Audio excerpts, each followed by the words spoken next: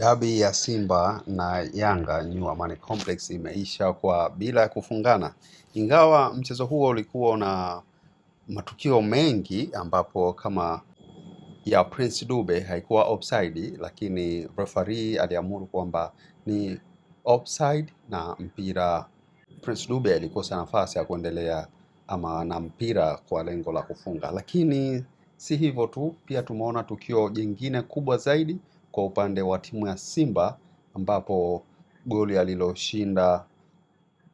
Suleiman Mwalimu, lakini pia refa pamoja na wasaidizi wake Brasman kukataa na kusema hiyo ilikuwa ni clear offside, kwa hiyo kwa misingi hiyo haikuwa goli. Lakini mpira kiujumla ulikuwa ni mpira ambapo kipindi cha kwanza tumeona kama Yanga ilizidiwa kwa kiasi hivi, na Simba walionekana walikuwa na uchu wa magoli pamoja na kucontrol mpira ama mpira kucontrol na kumiliki kwa kiasi kikubwa sana na kusababisha mashambulizi kadha wa kadha, lakini mashambulizi hayo hayakufua dafu mbele ya miamba Young Africa Sports Club. Lakini kipindi cha pili kilianza kwa kasi kubwa sana ambapo Yanga ilionekana kama imedominate, imemiliki mpira kwa kiasi kikubwa sana,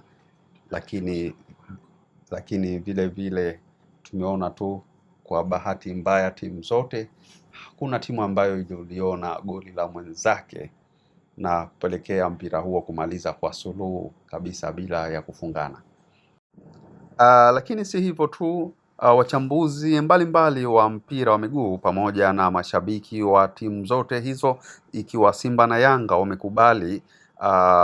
mwamuzi alijitahidi kwa kiasi zaidi ya 80% kucheza mpira huo katika hali ya ufair bila kupendelea timu yote, la vile vile aliumudu kwa kiasi kikubwa,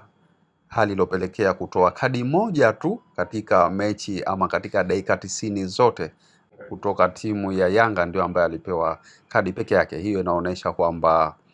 referee mpira aliumudu licha ya wachezaji kumpa pressure kubwa. Tumeona pressure ambayo walimpa kama pale Prince Dube ambapo alikuwa na safari ya kwenda kushinda bao, lakini referee akasema hii ni offside. Kwa hiyo tuliona wachezaji wengi wa Yanga walienda kufanya pressure pale, lakini umahiri wa refa aliweza kutuliza hizo pressure na mpira ukaendelea. Lakini hali kadhalika pia tumeona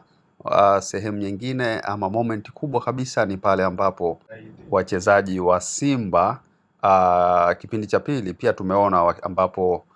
pia na wao kupitia mchezaji wao Suleiman Mwalimu, ambapo wachambuzi wengi wamesema ile haikuwa offside, lakini pia baadhi ya watu walisema ile ni offside licha kuwa ameshinda, lakini alionekana kwamba katega kibanda pale kukaa, lakini hatujui nini hasa tafsiri ya mwamuzi, kama ilikuwa ni offside pia kwa upande wake au vipi, lakini yeye macho yake sana yalikuwa yakitizama wasaidizi lazima ni wale ambapo wapembeni ndio walikuwa wanamsaidia, na kwa hakika wale walikuwa wamenyoosha vibendera kuashiria kwamba ile ni offside. Kwa hiyo hapana shaka kwamba na yeye referee moja kwa moja ameona ile ni offside bila ya shaka yoyote. Kiujumla mpira ulikuwa mzuri sana, timu zote zimefunguka, hazikuwa zinalinda, zote zilikuwa zinatafutana. Ni njogolini ni jagolini kwako, huo ndo mpira ambao ulikuwa unachezwa, ingawa kipindi cha kwanza laza ile ya dabi ilipotea kwa upande wangu ninavyoona, kwa sababu Yanga ilizidiwa kwa kiasi kikubwa sana ukilinganisha na kipindi cha pili ambapo mpira ulifunguka, laza ilionekana, na pia nahisi labda kutokana na mabadiliko ya wachezaji kadha wa kadha katika timu ama kikosi cha Yanga pia ilipelekea kuonekana kwamba kuiamsha ile ladha, samani, uhalisia wa dabi ambao tumezoea kuuona mara kwa mara. Wachambuzi wengi wa mpira walihisi kwamba uwanja unawezekana usijae, lakini imekuwa tofauti. Uwanja ulijaa, watu wamekuwa, mwitikio ulikuwa mkubwa sana, viongozi mbalimbali walikuja kuzisupport timu zao za Simba na Yanga. Hivyo hapana shaka kwamba dabi ilikuwa dabika, maana hii sio dabi tu, ilikuwa dabika, kwa maana kwamba dabi ilifurika, watu walikuwa wengi, na tumeona kwamba mashabiki mbalimbali ingawa matarajio nahisi kwamba kila timu ilikuwa inahitaji ushindi, lakini mambo hayo hayakutokea kwa sababu um, kila timu ilijipanga sana, na kama Simba manake kwa mtazamo wangu isingekubali kufungwa mara 7 mfululizo, na ndio maana walifanya kadri wawezavyo kupunguza ama kuvunja hiyo historia kufungwa mara 7 mfululizo na timu ya Yanga, na ndio maana waliingiza kikosi bora, watu walicheza kwa ari, walicheza kwa nguvu zote, nguvu yao ilikuwa kubwa, na hatimaye tuliweza kusema kwamba Simba ndiyo ilikuwa inastahili kushinda game ile kwa sababu ilipambana kwa kina, lakini mwisho wa siku timu hizo zote zilitoa draw, lakini bado draw hiyo ilikuwa nzuri kwa sababu waligawana pointi moja, ambapo pointi moja hiyo ilisababisha Yanga kuendelea kuwa kileleni, lakini Simba naye alikuwa akikabia katika nafasi ya 3. Kwa hiyo si nafasi mbaya ukilinganisha kwamba Simba na Yanga wamecheza,